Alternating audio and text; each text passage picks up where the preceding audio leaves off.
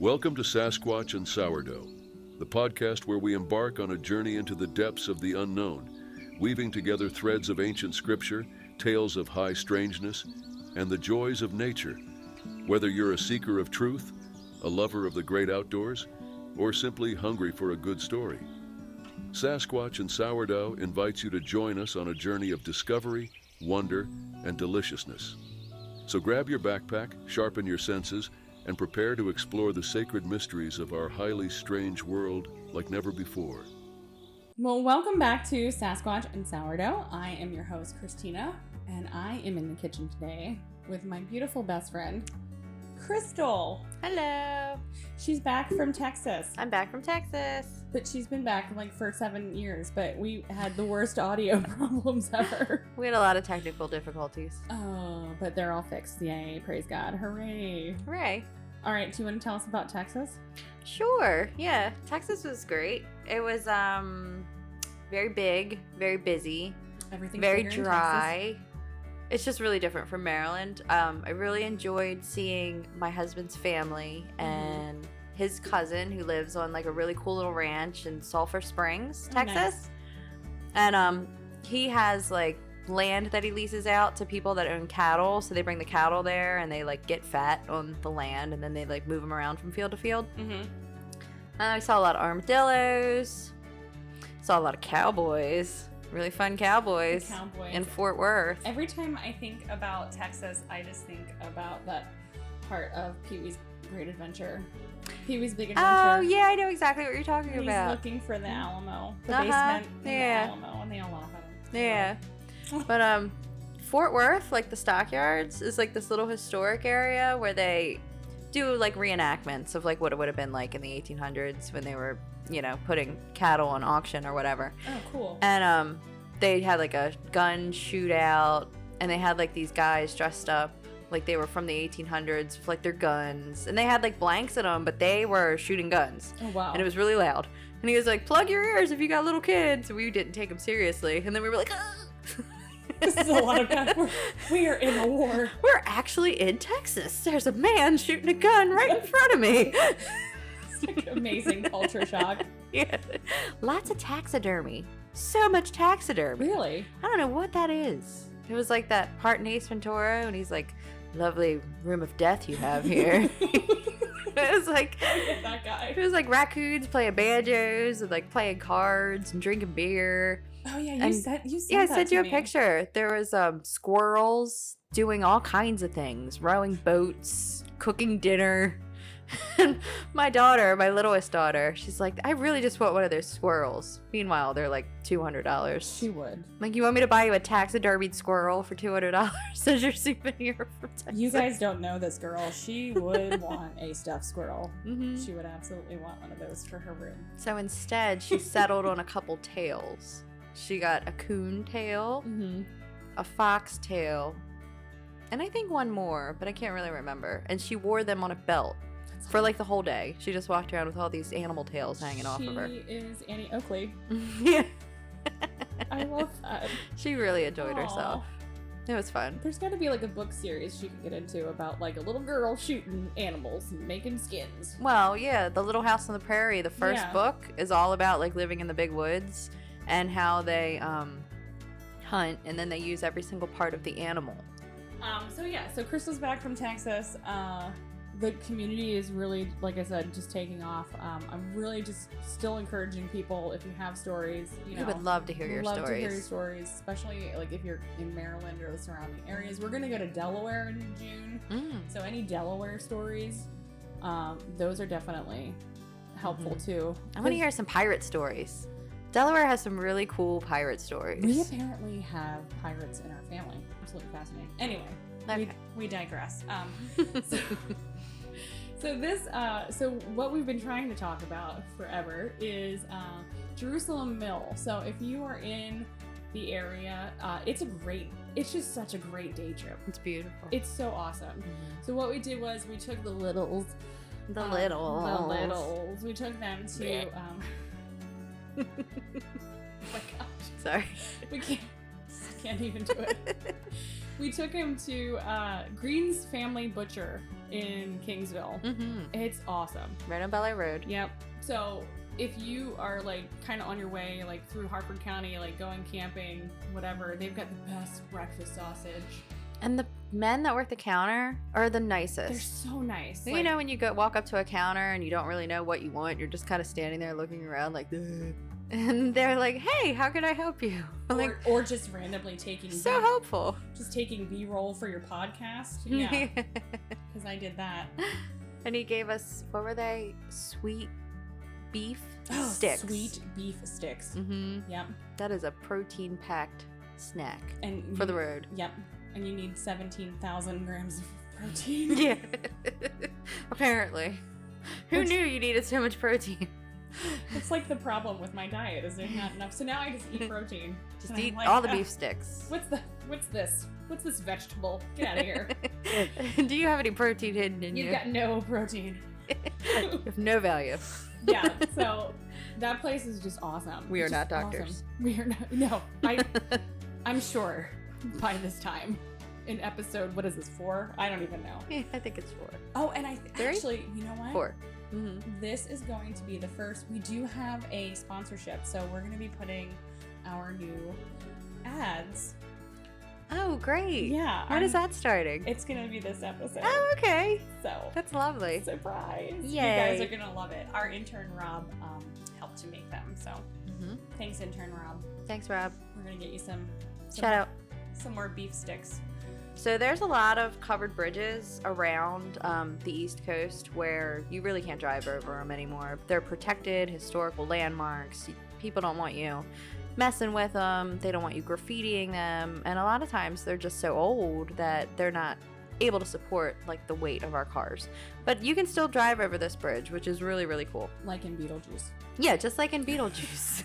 You got the little dog standing on the plank. Oh no, we're in the water now. Stupid dog. So this bridge has, of course, because it's very old, there's always legends surrounding covered bridges. Not really sure why that is or where that comes from. Sleepy Hollow. Maybe. That's a good idea. Yeah. Honestly, I never thought about that. Yeah, it's probably Washington Irving's fault. Yeah, it's all Washington Irving's fault. Once you cross that bridge, my friend. Actually, one of my favorite stories of all time. We're never going to love that story. I love that story. Oh. So this bridge has like 7 or 8 different legends. It's actually a lot.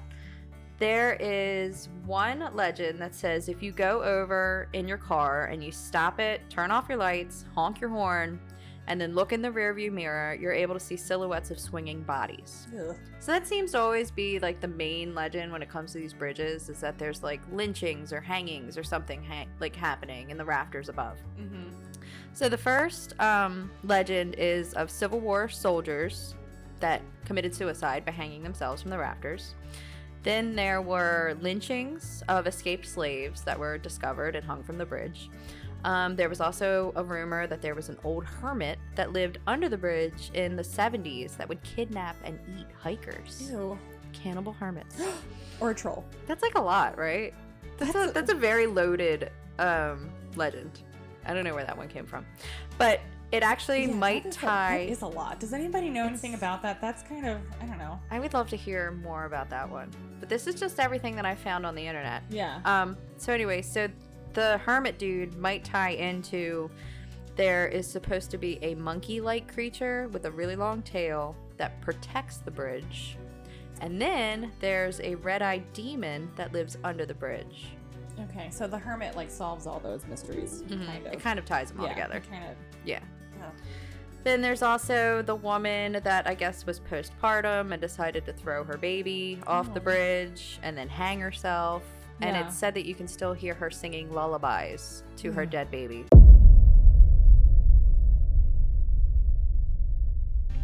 In a world where legends roam, there's one thing they all envy: Sasquatch's magnificent mane.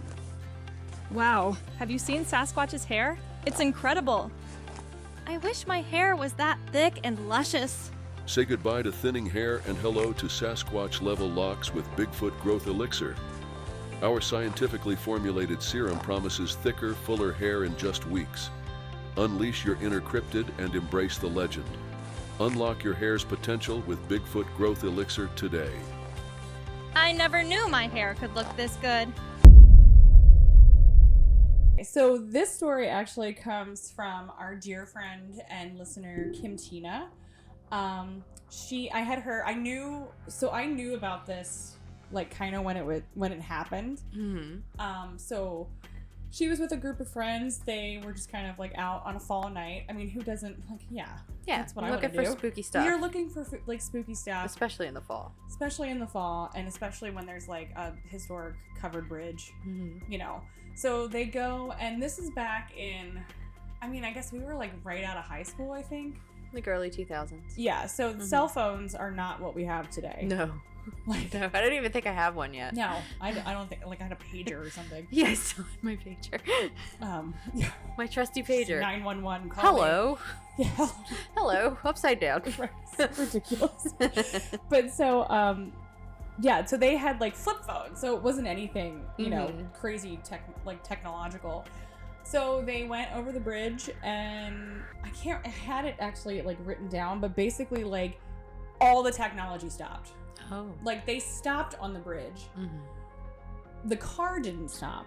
In this case, yeah, you're supposed to turn the car off. you turn the car off, and she said like they went to like take pictures, and everyone's phones just died. Wow. So that's freaky. That's To creepy. begin with. Yeah. Like, you know, and especially like let's also put it in context. You're going there with that in your head. Mm-hmm. Like you want to be scared. Yeah. You want something to happen. But that's like a vortex of energy. Oh, I mean, you said like, I mean, we've got what? Revolutionary War, right? Yep. Revolutionary War, Civil War. early colonists. Yeah. Unruly natives. Yep. Mm-hmm. Yeah. And any kind of, I mean, so that's just, I see what I like about like the kind of investigation that I feel like we do is not so much like let's go poke the bear, but it's more of let's take the spiritual temperature of the land. Like what was it like back then? Yeah. And what are some things that could possibly be, like what could have caused this? You know? Yeah. So yeah, go ahead. Oh, I'm sorry. No, you're fine. So you know, that was like one instance like that Kim was talking about of like something really creepy of just like everything stopped working. When I went on that Facebook thread, that was a lot of people's stories. Yeah. A lot of people said, you know, I went on the bridge, or it was either their technology that they had in the car. Some people said that their cars actually just stopped. Wow. And that's crazy. That was like the UFO story when their car stalled. Yeah. Mm-hmm. Yeah, so something... Oh, you know what we didn't do? What? We should do this. Or if anyone has any information, I wonder if there's any UFO connectivity. Oh, we didn't know even what? think about that. Yeah. Yeah. I had somebody actually write in a DM to our Instagram, and she was asking about whether or not we knew anything about like a connection between Bigfoot and UFOs. Apparently, like there's a connection there. Yeah, Some people see sightings. Yeah, we covered that on the episode about the Sykesville Monster. Yeah. All the UFO sightings during the same time that Bigfoot was sighted in the Patapsco River Valley. Yeah. So a way that you could cross-reference that would be, I guess, you know, you can go to the BFRO. They've got like good research, Yes. and then the National Archives, and just kind of maybe I'll do that. I'm interested to see. Maybe there's something there. So I would love to hear people's opinions on why they think covered bridges are haunted. Like some of it has to do with the rushing water that's underneath of the bridge, because that can somehow create like an energy portal when you have rushing water. Yeah. You know, but then there's other like beliefs too that rushing water may stop like what would you call it, like supernatural forces from crossing, just like in Washington Irving's story right. about not being able to cross the water. It's like a Yeah. threshold. The threshold. Mhm. Yeah. Yeah. I would love to hear people's theories on why they think There's bridges. a ton. I've Yeah. heard so many. It's every bridge, every covered bridge you can think of. There's Yeah. a story. There's some sort of story there. Mm-hmm. So, so this is a really good tincture. If you can find, I don't know, like the Maryland Herb Festival's coming up this weekend, I think, actually. Lincoln Park. In Lincoln Park. Ugh, We have to do an episode on Lincoln Park. I don't know. It's a lot of true crime, but It's there's a other lot. stuff. Yeah. I But just- anyway. I just want to like go there and just like pray, because I feel like there's some sort of something. Talk about like blood covenant curses. even if we just Jeez do a Louise. little something. tap on it. I don't know. Yeah, there's a lot Yeah. going on in that park, but Mhm. there's also an effort to kind of restore it. So the Maryland Herb Festival, hooray, Hence where the Maryland Herb Festival comes from. is there, and you can get holy basil pretty much. I think you can get it more often now. It's like Tulsi is like the other, it's like made out of, like teas and stuff are made out of it. But it's amazing for bee stings. So if you have it growing like in a pot, it does come back. I think sometimes, I think it really depends upon like where you're planting it and the condition of your soil and all that sort of stuff. But I've grown it in just like planters and had it like come back. It's great for bee stings. So what you do is you just take, a bunch of leaves, put it in a mason jar, put a bunch of like grain alcohol, set it and forget it, put it in a cabinet, and just like have it there. It takes like a month. Yes. Set it and forget it. I'm sorry, I'm laughing because every time a kid gets stung by a bee in our like friend group, It's hilarious. we all scream, "Does anyone have any holy basil?" Does anybody have any holy basil? And everybody looks at us like we're insane. Like, what is holy basil? One time, I think one time Kelly was just like, "Oh yeah, here, take this." And Here, like, it's in my chew it back up. pocket. You And can- she did. She chewed it up You can- and put it on this kid's wound. And the mother was sitting there staring at her like, "What are you doing to my child?" What witchcraft is this? If you, yeah, I mean, if you're that granola, I would totally do that. I think I have done that before. Yeah. I still have a tincture from last year, so that's the thing. Like, you can just keep it, and then so now I have it in a jar. I'm like looking at it. I have it in a jar. Didn't you and make me some of that? probably? Or Kelly made me some of that. It's just really easy, and it's good to have on hand, so that if somebody, because when some kid eventually steps on a bee, You better have it in your back pocket. you have to have it. Like, it's such a, nothing takes it away. And at first I was like, this is really weird. But you just chew it up and make a paste, and you put it on there, and it's insane. Look at that. It's remedies. Just remedies. Natural remedies from Look the at- earth. See? It's not witchcraft. It's Everything just- we need it's is just growing right there. God's creation. There it is. You can just chew it up. Need to know how to use it. You just know to chew it up. And And who make- figured that out? I don't know. Yeah, you ever think about that? Some little old lady. That was desperate. That would say, yeah, somebody figured that out. Mm-hmm. How did that happen? They were like, this is great. Let's- I imagine somebody try at, like, this. Little House on the Prairie. Some lady in a prairie dress with her apron With her apron. filled. Mm-hmm. So fill your apron pockets with holy basil leaves. Oh my. I love it. It's almost summer. All right. I think that about does it for Jerusalem Mill. So go Yeah, I there. think that's it. Take the kids. Stop by Green's Butcher, because the place is amazing. Pick up and some beef sticks. Get some sweet beef sticks. Mm-hmm. So yeah, until I guess next time. Bye. Bye. Together, we'll continue to seek the truth, to unravel the mysteries that lie just beyond our grasp. So as you bid farewell to this episode, remember, you are not alone. The wilderness is alive with secrets, waiting to be discovered by those brave enough to venture forth. We want to hear your stories. Email us at sasquatchandsourdough@gmail.com. Until next time, the truth is out there, God is with you, and everyone always ends up in the kitchen.